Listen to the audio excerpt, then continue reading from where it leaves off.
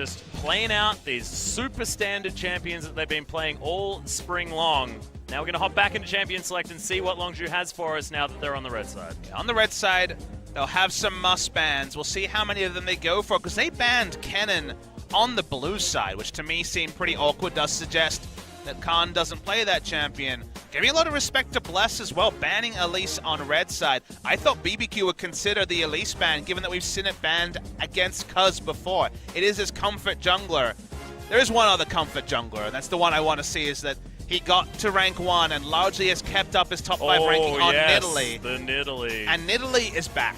We haven't seen it at the highest level yet, but so many junglers are preparing Nidalee in solo queue that I don't think we're that far away. Yeah, and look, we were actually just at the Everate team house, and bit of a spoiler alert, got to see Hachani win a pretty convincing game on the Nidalee. Hey, I don't know if I want to see Hachani's jungle Nidalee. That's one that not necessarily... I'm talking about the peanut Nidalee. I'm talking about the Cuz Nidalee. We don't even know whether Hachani's going to be Then playing. again, Bengi showed us one of the most memorable Nidalee games of all time as first-time Nidalee in World Semifinals. Yes, I do remember that. And now he's in China. Yeah. Coincidence? I think not. These bans are very, very different. Quite a lot has come through. Kennen has come through. BBQ going to consider taking that at first pick, given that Longzhu have shown they don't pick it, or do they just leave it and take it in a different area of the draft? Conventional wisdom would be that if you want Kennen, you take it here at first pick. First time it's gotten through the draft, I believe, in any game this season. Been very, very high priority. Zac and Kennen especially. Fiora available too. So the top lane pool in no way has been targeted, and with so much available, no team is showing pause at jumping for top laners. The jungle pool definitely a little bit more attacked, so that's why we see Lee Sin first from BBQ. Means that we have to see a new champion out of Cuz for the summer split, as he's only played the Lee Sin and Elise thus far. He's going to flash. Be an interesting one. I think this is more of a mana flash. It's not. Wow, okay, he's actually going to lock in Rek'Sai. This is the Bless-only champion. This is the thing. It's the Bless special. He's like, I can beat you on your champion. And people have heard that Rek'Sai will be reworked in future patches, and this is the old Rek'Sai, so still has the global, still is the pressure jungle, but I don't know if this is Cuz thinking that Rek'Sai is strong, or if it's a bit of a mana pick, just because, again, Bless was literally our only Rek'Sai player of any repute last season. And remember, this is the very start of a very different patch for the summer split, Papa Smithy. This could be BDD, playing Farmer Rek'Sai in the mid lane. Who knows? His Farmer Zed was pretty good. It was pretty good. And Rek'Sai, pretty good at getting back to the lane as well. So think about how much farming you could do. I know you're being just... a bit facetious? A bit facetious there. Emphasis on the facet. But we actually I don't know what that means. We had top lane Rek'Sai from Samsung in 2015. Yeah. That was actually played quite a bit. It's not going to happen here, but something to talk about. That's the reason why I couldn't talk about top lane Rek'Sai. Kennen is locked in. Always the outside chance that it's going to be a flex to the AD carry, but it hasn't been seen in Korea so far. It's been much more of a pick in the EU LCS, so heavily expecting they blind pick top lane. Yeah, I haven't actually written down the Kennen, so making sure that I'm going to wait until they decide exactly where that is going to go, Papa Smithy. I'm good at this, keeping the notes, but it is going to be Gorilla's Zyra once again, as they look for their first ban. It is the answer to Thresh. It's sort of lane where you can interrupt the hooks with the plant, so you can understand why it is being taken in this case, and it's just a pressure lane in its own right. No mid laners selected so far. 2 banned. LeBlanc, the first one coming through from Longzhu, and the Syndra in the first rotation. Something like Talia is very high priority for the mid lane champion pool. Certainly is. Still, making sure that they ride this time down as much as possible to make up their mind. Jace is going to be it in the end. They're probably going to double ban top lane to try and get the Kennen a good matchup. Now, he kind of has an innately strong matchup against almost every champion. Yeah. So where Khan will go here will be intriguing. In the longest time ago, we're talking maybe Season 3, Season 4, one of the few counters to Kennen when he was strong was actually Jarvan. Jarvan top lane was seen as a very strong pick into Kennen. Just kill pressure, EQ, ult, and that was going to do 3/4 of the health of an AP Kennen at the time. So returning to Kennen duty here is possible, even though on a simple level, you're going to be taking a lot of auto attacks. Well, final ban to now come in from BBQ. Orianna is another potential ban here. Ooh, well, Orianna was already banned, but it was the Lucian taken away the last time around, so Longzhu can opt in for that one if they'd like to. Interesting. So, like you say, a double 80 carry comp is perfect. I looked at the Rek'Sai and I was like, of course, Orianna, but that was banned, as you say, respect banned way earlier in the draft, and the Jarvan available, like I say, is kind of a legacy good pick into Cannon. Going to be moused over for now. Will be locked in. Okay, there it is. So J4 now to be picked up by the J4 man himself in Khan on the top side of the map. See whether he's going to be able to create the same magic that he created against KT. Oh, Tempt. Flashing that Corki that he played to such great effect. On a team that didn't pick up too many victories in the spring split, he still had a 71% win rate on the Corki. So pretty impressive. As Ghost is going to lock away the Kalista. I love it. I really thought we would see Kalista tonight, but I thought it was going to be in our second match just because Samyun has been completely spamming Kalista to great effect. We're going to be taken much earlier, and it is that famed Kalista Thresh lane. So hard to gank after level 6 given the difficult choices when it comes to lockdown. And for a blind pick mid laner, BBQ thinking of a couple of options. They look like they might actually be going with the Vladimir. Very interesting to see as a blind pick. We saw a little bit of that from Jinair at the end of last season when Vlad got his last buffs. Ooh, BDD actually, at least Gorilla was mousing over the Kassadin very, very quickly. Still having to think about it. We'll see whether we are going to see the Kassadin in the mid lane. Of course, Force Pulse working a little bit better, and it is going to be locked in. Oh, God. Kassadin versus Vlad. It's been a long time since this was meta, Papa Smithy. And it's one of those lanes that doesn't have the highest harass early. Whenever we are looking for color points on a Vladimir, it's about get to level 9, get through the laning phase. Well, guess what?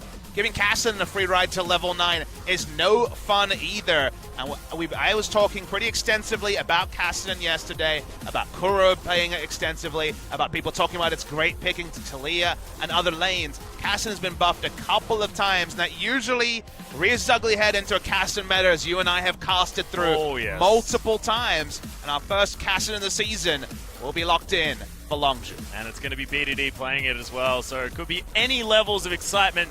Could just be farming things out. Who knows what's going to happen, but on the top side of the map, Khan's got his hands back on that Jarvan 4. The Crazy has the coveted cannon. First time we've seen it get through, and we'll see whether this is going to be able to bring us to a game 3. So the Doran's shield does, trying to shut down those auto attacks. Rek'Sai also is a very intriguing choice. Yeah. Kassadin versus Vladimir. Not what I expected for week 1, but both picks certainly in the meta, and the new picks are kind of in every lane because the Kalista has been played sparingly in the past 6 months, but it feels like now Kalista Thresh, just like the Zion Rakan, are almost an exclusive duo where together they produce the best results. Yeah, they most certainly do, and yeah, Kalista was flirted with for a little while, but wasn't necessarily locked in as that standard pickup that she once was. And just look at this overview. It's kind of innovation for new picks in every lane. Fun stuff. Yeah, we'll see what's going to happen as we hop into game number 2.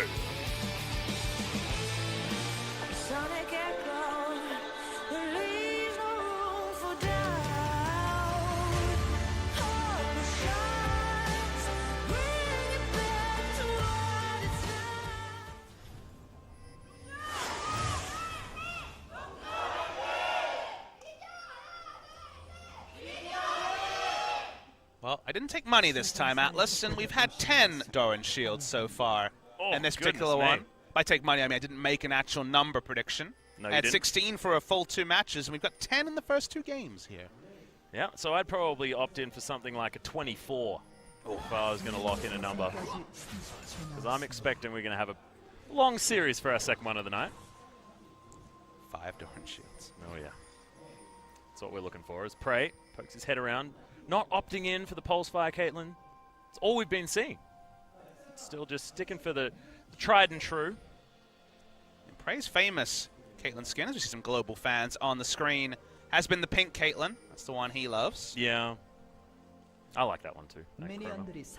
I was complaining bitterly on yesterday's cast. You that were. It doesn't remember the chroma choice when you pull out the hats on the recall of Pulse Fire, Caitlyn.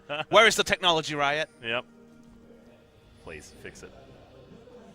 It's alright, we'll get there. There'll be a hot fix. Oh, Hook's going to land very early on here. Right. Totra going aggressive. That has to be the exhaust coming down as well. Still, pretty even trade when it comes to these summoner spells. You forget when you don't play against Kalista for a while that there is that chance of being chased down on a long lane with the Rend for a possible first blood. At the same time, we see a big, aggressive invade by BBQ. Looks like they want to be forcing vertical jungling and putting the pressure onto the Jarvan. Well, actually, Bless and Cuz smacking on with one another. Cuz is going to be able to eat up that rage, get a bit of that health back, but with the wards down, the vision available, Khan's going aggressive onto Crazy here as well. The fight continues because they do not want to give Longzhu here up the top side of the map. That means they'll have much more risky time having Jarvan look for all-in trades against the cannon like he needs to. So they don't want to opt in for vertical jungling, and that means they might have a smite battle. Well, Cuz has now got the health advantage as Bless is going to move himself away. Does have access to that blast cone if he wants to keep safe, but just wanted to give away that aggro. Looking for a reset now. Yeah, that's going to be it. So Bless is going to be able to lock that one down. Has the safeguard at level 2. Gets all that health back, and Cuz is relegated under his inner turret. So important who was going to get that red buff for so many different reasons, and Bless now with a massive start. Did feel like when you kite out and get the cooldown back on the Q that Lee Sin would have the standard advantage with his Sonic Wave resonating strike missing health damage, but Cuz still was kind of trusting his young man mechanics, looking for the smite steal away. Did not want to allow vertical jungling to happen because wanted to give the best chance for Khan to have options against Crazy, but now you can already see that Khan has been denied multiple waves. He only just hit level 2 when Crazy's at level 3, so that experience will finally go to him. There's going to be a CS advantage and probably a pretty heavy pressure topside advantage for BBQ. Yeah, and this is with Crazy starting off having to use that potion at level 1 as well, but this Doran's played enough pressure here for the cannon to stay safe. Speedy D going to be throwing out Qs all over the place, but don't expect any action really in this lane quite some time. Jungle pressure's always been an important factor through every Kassadin meta, just because Kassadin's one demonstrable weakness was in the pre-6 laning. Only time he was vulnerable when it was back in the Kassadin meta of old. A bit more windows now. You know, the Rift Walk at level 1 does have quite a long time before you can reuse it. So yeah. He does die sometimes between level 6 and 11, but I know I've never seen a Kassadin die after level 11. I don't know about you, Atlas. No, that's not a thing that I have witnessed either. I even thought that it was so true that I started playing Kassadin almost exclusively. How'd that go? Not so great for me, but I understand what professional players can do. I found that I had no trouble at all. Can't use his teleport pretty early here, just back with a long sword. And also the refillable. Probably will have to go corrupting because, you know, against a ranged auto attacker, gonna have to be using your Q for wave clear more than you'd like. Because bot lane, no flash. Yeah, now the hook gonna land as Gorilla's gonna use that flash immediately, but gets flayed back, and that's gonna be the Ren kill. He knew that he was dead as Prey's trying to get as much damage back as possible. BBQ picking up first blood, and this is the start that they need. And kind of a lot of the criticism has to go to Longzhu pushing up at level 1 and opening up a trade when the hook landed from Totoro. They swapped summoners, and that meant there was no exhaust to be used the second time around. Exhaust only coming off cooldown just as we speak. And again, Longzhu opted into pushing up lane and trading auto attacks against Kalista Thresh. And previous meta should have taught us that is never a good option. Nope. Interestingly enough, this is a very different composition that Longzhu have put together. So if they can weather the storm of a difficult early game, they still have tools for when that late game does roll around. However, BBQ now with a lot of snowball potential and that late game insurance that they still have, especially when it comes to locking down these objectives. When Kalista falls out of the meta, you forget how incredibly good Rend is for avoiding any of those 50-50 situations. The late game you speak about and what the late game will look like, I think is kind of up for debate, even in the best case scenario for both teams. Just because Vladimir doesn't take teleport doesn't mean he's not going to be in a side lane looking to match the Kassadin, who has taken the teleport as Kassadin often does. The Cannon, will he be able to match itemization to beat both Jarvan and Kassadin? Probably not. So it doesn't feel like any of the expected auto-win split pushes kind of have a free ride in this game. I'm really interested to see whether we get the 1-3-1, whether BBQ just say screw it and go for 5v5 team fights. There's a lot of different identities these teams can take on. The champions themselves are pretty flexible. Yeah. I'm also excited to see what does happen. See Totoro down there utilizing that Scryer's Bloom to see where all of these wards are. Running back up, but is in vision. Gorilla's going to be here to at least help Cuz out.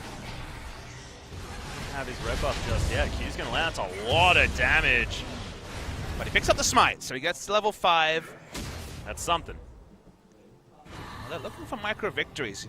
Bless is putting a lot of effort into creating as much implied pressure around top and mid lane, the solo lanes that have done so much of Longzhu's heavy lifting in their 3 game victories so far. They're exclusively playing around there, and when you get a solo kill, or at least a 2v2 kill in the bot lane, while your jungler has spent all his time on the top side, it lets you know that the pinch is being felt all across the map for Longzhu. Most certainly. Because now with that Tiamat built up, though, he's going to be able to speed farm this jungle, as Rek'Sai's want to do. I believe it was SOFM that started this off. Had it in Korea very early as well. I want to say it was Beyond who was the first person to do it, but it was back in summer of 2016 that we started to see that build. But you're right, it was picked up by a lot of junglers around the world. It's always a bit awkward crediting those things. It could have just been a no-name solo queue player that was doing it, and that's where the inspiration came. We need to caveat with a bit of competitive play action. However, you're entirely right. Remember that it was talk of the town when it first started. Another red buff has now been stolen, though. Bless takes that one away, so the extra damage that Cuz did pick up is for naught when it comes to locking down a red. BDD now with his Catalyst complete, grabs himself a cheeky Doran's ring as well. Ring and a shield from the Dolan factory, and good stuff. People who gave up playing playing League of Legends sometimes during one of the last Kassadin metas and wonder what's changed about the Kassadin. The Force Pulse now has, not the Force Pulse, the E, sorry, has 1 less second on the cooldown, so you can be using the ability that much more often. And also, there's been a lot of normalization around magic resist per level, something Kassadin used to have, then was taken away, and now is back. And it's more critical for Kassadin because he actually has the passive that means he takes the reduced magic damage already. So when you have higher base magic resist and also magic damage shields, it just means that in AP lanes especially, he gets through the laning phase that much easier. Yeah, and you can see it actually. Tempt is unable to really answer back. Vladimir, it's always a difficult question when you ask him how he feels in lane, because he could be at half health, he just doesn't seem to care. Transfusion pretty strong, but as you can see, that Force Pulse is tearing him up. And you were right, Papa Smithy, you just got to believe in yourself. Null Sphere, Force Pulse, Kassadin spell names. We haven't had much Kassadin. Netherblade, I believe, is a W that no one ever says because it doesn't really do much. It gets some mana back. It's just an auto so attack. that it can Force Pulse more. And it also means that you build Lich Bane in a fun way. Because having an auto attack reset makes Sheen fun. And you do a lot of damage. BDD's going to go aggressive. In comes Bless to try and capitalize. Good Rift Walk. He actually flashed out of the ultimate as well. Flash got a lot of value. It means he doesn't even take any damage. Cuz has the drop on Bless. And he's going to grab that knock up there as well. The kick is going to kick him back, but we got a very confusing animation. I couldn't tell if it was no displacement because of where it was, or just a bit of visual lag as it ended up being. The end result was no Flash having to be blown by Bless. That was League of Legends trying to work out where he was supposed to go during that time, and it's taken a little bit. I like to think Vel'Koz was somewhere trying to work out the geometry there. Oh, someone needs to make that picture. Just Vel'Koz with a lab coat. Yep. Doing the calculations. Oh, man. Anything that can bring Vel'Koz talk into LCK is a value add. Super good. We lost Sarsen. He retired, so he was a noted Vel'Koz player, and Faker plays it once a year. Yeah, we'll have to talk to Max. I reckon he'll play Vel'Koz support That's if we true. ask him. He's played it a couple of times. Right. I was thinking more of the mid lane Vel'Koz. Yep, true. Got it. Thankfully, Max does exist. His Cuz is like, maybe there'll be a red buff over here. There is. Haven't found one. He just can't get near it. Yep. That's exactly what's going on as well. Given his tremor sense, but Bless says, you're never going to get a red buff, my friend. Crazy went for Blade the Ruin King first, not against Rumble, so Wit's End will be useful against the cannon later. This is the all-in I was talking about. Yeah, that's a lot of damage as well. Slicing Maelstrom has to come out. Flash gained with the Cataclysm from Khan. Crazy says, well, it looks like I actually can't really lane against this guy now. That's a problem. Now, because it's on-hit cannon rather than the AP cannon versus AD Jarvan matchup I was alluding to, he does have lifesteal, so the value of chunking him is still always going to be there, but it's lower than before, and that's why he doesn't get punished too much. Both junglers here. Yeah, Yeah, it could be a 2v2. They're waiting for the next Rift Walk, I think, before Bless will go in. Well, they know exactly what's going on the side of BBQ, because... Both teams do. Well, I mean, Bless is not moving, so doesn't have vision with the Tremor Sense just yet. But I believe he may have actually been seen. He could have, of course, backed on the side of Bless, and Cuz wouldn't know. Yeah, finds him out. Prey Seeker is most certainly going to do exactly that. Now, if both teams run at each other 5v5, it's really interesting to work out who wins from that. Jarvan usually does fall off quite a bit in team fight. In fact, they flash here. Yeah, that's the flash knockup as BDD is waiting for that next Rift Walk. Of course, Tempt is not going to be able to slow him down, but they don't move any further forward. Bless makes his way out once again. Doesn't have to use the Dragon Rage or that flash, so gank's still very, very potent from the Lee Sin. First Instinct is slight advantage to Longzhu in the late game. They have a lot more AoE damage compared to just the Hurricane That was bolts. my first impression And as well. you know, again, Cannon and Callista's AoE damage is pretty minimal, especially when we're talking about on-hit Cannon. Just the Hurricane there. Vladimir does plenty of AoE, but it feels like Longzhu will have a bit more AoE damage, so maybe that will split the teams, but we're splitting hairs almost. We're getting pretty comparable. Cuz is actually going to get kicked back. Crazy's going to miss the Q because of it, but it's a cute little dive under. Fantastic shield, but the stun still comes in, and Crazy's able to grab the kill. Now Khan in a tumultuous situation and is going to fall down. Tempt was there, doesn't even get an assist. It's just the jungle top duo that's going to be able to get the work done, and Crazy utilizes the change in Slicing Maelstrom that happened a little while ago to clear out that minion wave. Yeah, BDD wasn't able to teleport in, didn't have flash, didn't feel strong enough at level 11, and end result is 2 kills and a turret over to BBQ. The Unburrow was on point to interrupt the Sonic Wave damage, but that wasn't enough. The collapse was there from BBQ, and first series advantage for BBQ. Yeah. From first blood on the bottom side of the map to independently of that, being able to pick up control on the top side is very important. Cuz says, please just let me have a dang red buff, and he's not going to get one. BDD looking to try and claw his way around here. Force Pulse does a lot of damage. Cuz picks up the kill and the red buff, thank God. Oh, there's the flash Cataclysm. Not a lot of flashes here in this pit as BDD is going to be able to jump on top. Is that going to be enough? Hemo Plague does get the kill as Tempt is running super fast. Gorilla's there. Fantastic Proto Belt from Tempt and avoids the knockup. But can you run away from a Kassadin? No, you can't, nor can you run away from the auto attacks of Azara. Yeah, Gorilla coming in to try and help clean up. They do get the kill advantage. They're picking up 3 for 1 to BBQ. But at the same time, they give up complete control in the bot lane. Prey's going to have Dancing Feet to not get dove in the bot lane. Kassadin with flashback up, didn't have to use it and started to clean up. Wood 2, late game insurances on either side in the mid laners here. And it's like the side advantage does go over to BD, even though I was very impressed with the sideways proto belt from Tempt. Yeah, that was some fancy footwork from Tempt to try and get himself out of the way. It wasn't going to work out though, and this is what happens when you don't cast Kassadin for a little while, is you think that someone's going to escape from something, and really, it's largely impossible unless they can get towards their nexus relatively easily. Is that Rift Walk very, very difficult to overcome. And that's going to be Rod of Ages done, and I was talking about the Lich Bane. He's going to be able to grab that Sheen, and this is a huge power spike actually for BDD.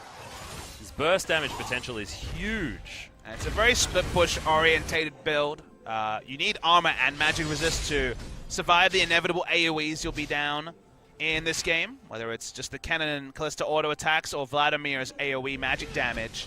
So it feels like going Lich Bane clearly will provide burst, but it's more about really getting the most out of the teleport. Yeah. So as a second item, it lets you know that the first thought for Longzhu is split push. I like it as well, giving him that 10% CDR. Kassadin does love himself some CDR if he can get it, especially with that mana pool being built up by that Rod of Ages. Tempt takes that burst. Khan knows the flash is still down for Tempt. Took the Ignite as well, did Tempt. Normally used to seeing things like the Ghost on the Vladimir, just going for a very aggressive lane against the Kassadin. It's one of those things where you take the Ignite for kill pressure, but also for a bit of insurance in terms of laning phase. You want to have... It's almost a defensive Ignite choice, where it gives you lane control, but isn't always for securing kills. Yeah. It's a 2.3 thousand gold lead for BBQ at the moment, but only one turret to be taken. Longzhu haven't been able to grab anything just yet. BDD grabs himself his blue buff. Longzhu are still just looking for an opportunity to shove these waves back. Caitlyn, remember, in the early game, is happiest when she's shooting a structure. Doesn't really like shooting champions. I mean, she does in lane, you know, for the harassment with her extra long range, but that's not necessarily what she's good at until she has a few items to back it up. BBQ. Yeah, looking for it. They've invested so much time in controlling red buff from level 1 and the top side jungle. They like where the lane pressure has been for the majority of this game. This shows you visually that the big change with Rift Herald is that soloing it is a lot easier than before. Caso will get information with Tremor Sense. Oh wow, BDD's here as well. They come around at exactly the Gonna right time. contest. Crazy's in there. Cuz really wants to be able to lock this down, but doesn't get it. It's Blessed that grabs the Rift Herald. And now Khan's turning up a little bit too late. Crazy gets the kill onto Cuz. Flag and drag gets Khan out, but damage had already been done. So missed smite from Cuz and unable to save himself afterwards. And again, with the microscope on, it feels like Cuz was not working well with his laners there. Went in solo, neither BD and Khan will come in. Speaking of BD and Khan. Oh God, Bless, in so much trouble. The fadeaway jump shot from BDD. He's going to be able to lock that one up. Null Sphere doing work. Makes his way back in, throws out another one onto Temp. The top lane, the Rift Herald's already been used super early. It's going to get most of this second turret. Going to be taken down, so no turret to be taken with the Rift Herald, but just a lot of damage. So you'd say, would that be like a Longzhu last game level Rift Herald? Pretty much around the same level. It's not the high tier Rift Herald or the big efficiency that we saw from Samsung against SKT. Basically, Crazy saw that Jarvan invested a lot leaving the lane, looking for an ultimate, and thus just plopped down the Rift Herald early. Rift Herald's kind of a multi-step objective, just because you have to get your lanes in a great spot to use it. Yeah. And the biggest takeaway that I think the fans should take is just it's actually quite easy to solo down the Rift Herald. The previous Rift Herald, almost impossible, but if you get a jungle enchant and then, you know, Ruby Crystal on top, maybe even boots too, most junglers can actually solo down the objective and stay at high health doing it. One of the reasons we didn't see it much at all previously was that it took two people leaving and giving up basically their whole health bar to claim, whereas now it's a much easier to take objective. You don't need to recall after picking up Rift Herald. Yeah, and it was always very telegraphed as well. You saw that there were two people missing, and it just gave a heck of a lot of map pressure over to the opposite side when you just didn't really need to. There's Khan. Oh man, that's frustrating for Cuz. Can't get any red buffs. Even his top lane is stealing them from him. I'm going to go with probably some communication there, but we can always assume it was the worst case scenario. Yeah. Oh, Gorilla pushing forward with Prey. Finally, feels like pressure has been in favor of BBQ in this bottom lane for the entire game. Thankfully, Prey is incredibly good at hitting minions the last time. So he's going to stay within touching distance of that CS, despite that early start being not so good.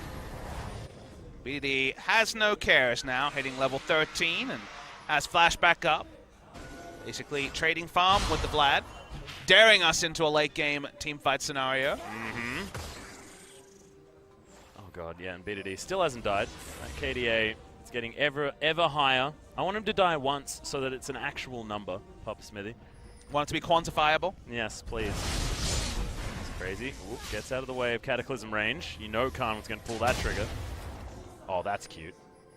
One of the problems, though, when you go this Jarvan build is that if you use your EQ for gap close, you don't actually do that much damage. You ult and show it's a decent 500 damage burst, but it's all about being face-checked when you're full AD Jarvan, because then you can actually use your first EQ for damage, then ultimate. Yeah. Have the armor shred already down.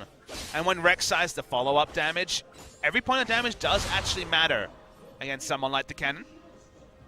So would have been able to cleavers, yeah. He would have been able to flash away and get out in that scenario, but didn't have to blow a flash at all. Pure laning build, Atlas, from the Cannon. It's gone Phantom Dancer second, not a Frozen Mallet or a Hurricane. It's just purely about trying to win the duels against J4. Oh god, BDD. Lots of damage here on Attempt. Holds onto the pool though.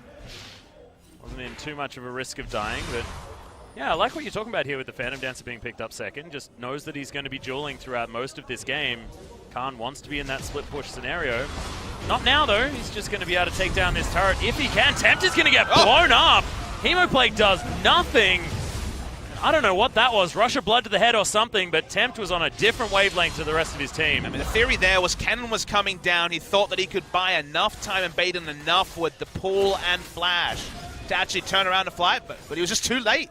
He was surprised by the burst damage coming through from the Force Pulse and the EQ from Khan and just died instantly. And now we see once again the follow-on effect when you make a kind of solo mistake like this is that nothing to respect for Prey and Gorilla, happy to push up in the bot lane, and for once it's actually Cuz and Longzhu having the eyes on a red buff take from BBQ and not the other way around. Well, thankfully we were looking towards the top side to see the turret health, but we should be looking at Crazy's health because it's no longer there. The gank from BDD was most certainly successful, showing off his shiny new Lichbane. And shiny new Lichbane is bevied by a 4-0-2 scoreline. This is all of a sudden looking like a very difficult game for BBQ. We don't have a player of the week, but if he goes deathless in a week and Longzhu go 4-0, I think you can give it over to BDD. I almost said BBQ, but BDD. Yep, no, look, I can't argue with that. Nor would I ever want to, Bubba Smithy. The other thing that I love is the fact that he even picked this Kassadin, because I hadn't thought about it before, but Kassadin into Callista is a beautiful idea. The fact that you can't just bounce around away from it as Fate's Call going to be used. Pops the damage from the Caitlyn ultimate, you'll notice. Took no damage there, yeah, of course. Cute. All these interactions that, you know, with how the meta was, which at some points in, especially the start you don't of get spring, to talk about it. It was pretty stale meta at the start of spring with the auto-ban champions. Now it feels like there's a bit of a large amount of champion pool available. Pocket picks coming out, new power picks coming out. I swear, when I think about like the excitingness of a meta, I look at the top lane. And right now we've got Kennen versus Jarvan. So I like this meta, Pop Smithy. I'm having a good time.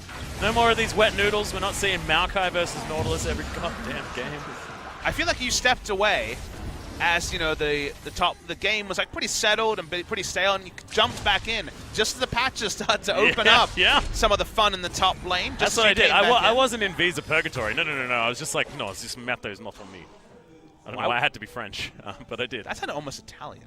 Really? Oh, maybe my it's the Australian. I think you were kind of straddling really the line between the two there. I often do that. Well, I speak French, and it doesn't sound like French to me. You do actually, don't you? Un petit peu. Little bit of French. Oui, oui. I don't know whether you need to go to the bathroom or whether you're speaking French. I don't look alarmed on my face. If I needed to, I would have looked really worried. Well, BDD going for the Zhonya's Hourglass for item number 3 and for 30% CDR as well. But right now he's sitting on 40 because he's got that blue buff ready-made at level 15. Feeling real good. Everyone having to back away from BDD whenever he turns up. And it's this awkward spot where, sure, Crazy's pretty strong against Jarvan, but it's going to be Jarvan plus X, Jarvan plus Rek'Sai, Jarvan plus Kassadin especially. Yeah. And then the laning build that doesn't actually give him that much. So would it have been better going Frozen Mallet? Would it have been better going something more teamfight oriented, or starting to build a Hex Drinker, then go the full Phantom Dancer? It's a very unenviable spot. It's actually quite a hard one to work out what the zero-sum build for Crazy should have been. But there's a lot of play, a counterplay through Longzhu's rotations available against the Cannon, like I said, because you can't build against Khan and BDD at the same time on a budget. It's just impossible. Yeah, feels real difficult.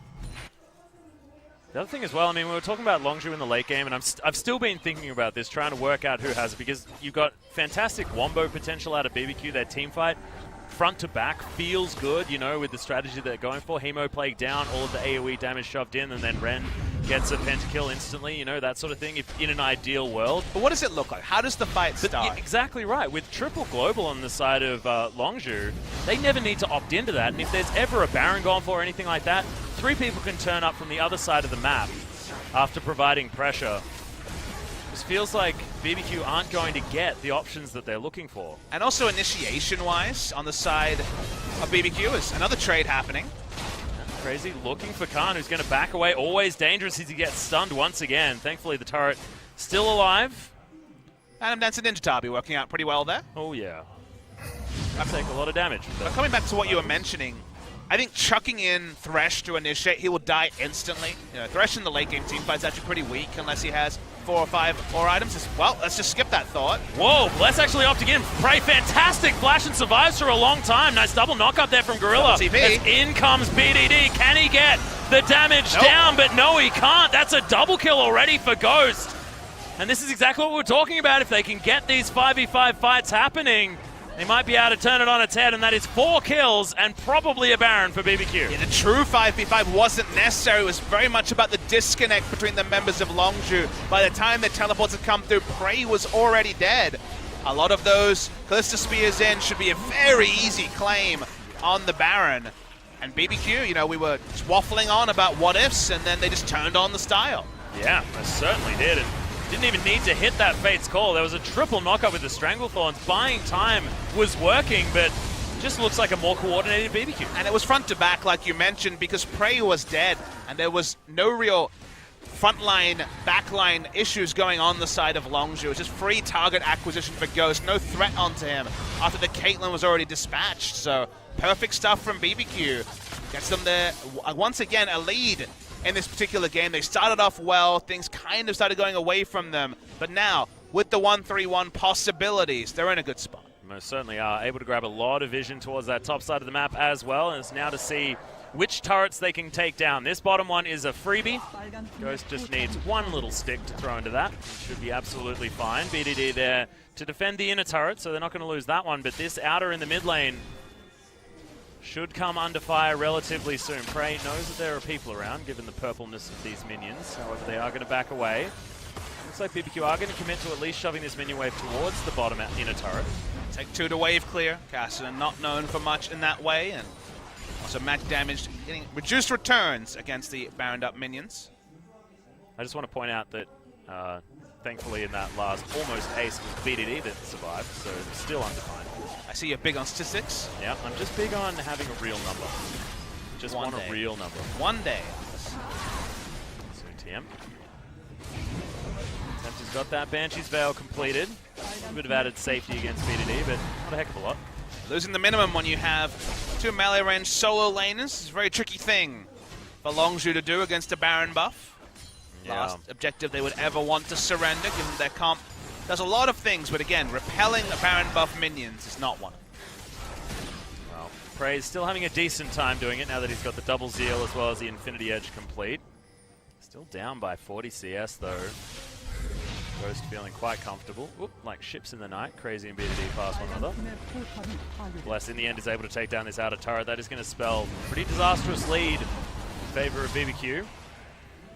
But power play, not quantified, but certainly a bigger one. We've already seen multiple turrets go down. It could be another one very soon. And they were set up for this as well, given the amount of damage that all of the outer turrets had sustained before that Baron was even taken. Just feels like the ideal scenario for BBQ. Rift Herald did a lot of the work in top lane before, and a couple of autos had some crazy needed afterwards. Still, not over yet. Base is not broken. Still a lot of tools available here for Longzhu. There's Double Cloud Drake going to be picked up by Ghost. Josh Wren does a heck of a lot of damage. You get a lot of sticks into your target.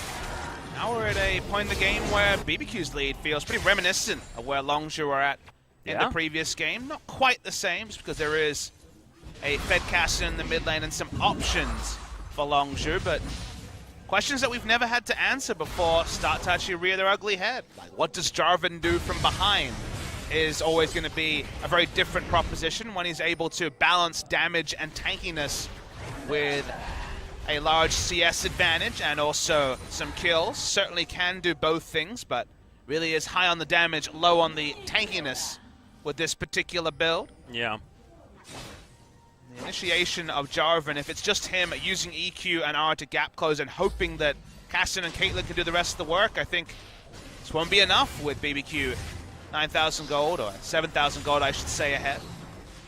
Still feels like they have a composition that can make things work, as Khan's going to make his way in. Crazy looking for the extra stuns. Oh, takes a lot of damage. There it is. Cataclysm's going to lock that one down. BDD uses the Zhonya's to keep himself alive, and then Rift walks his way out. Preserves that KDA.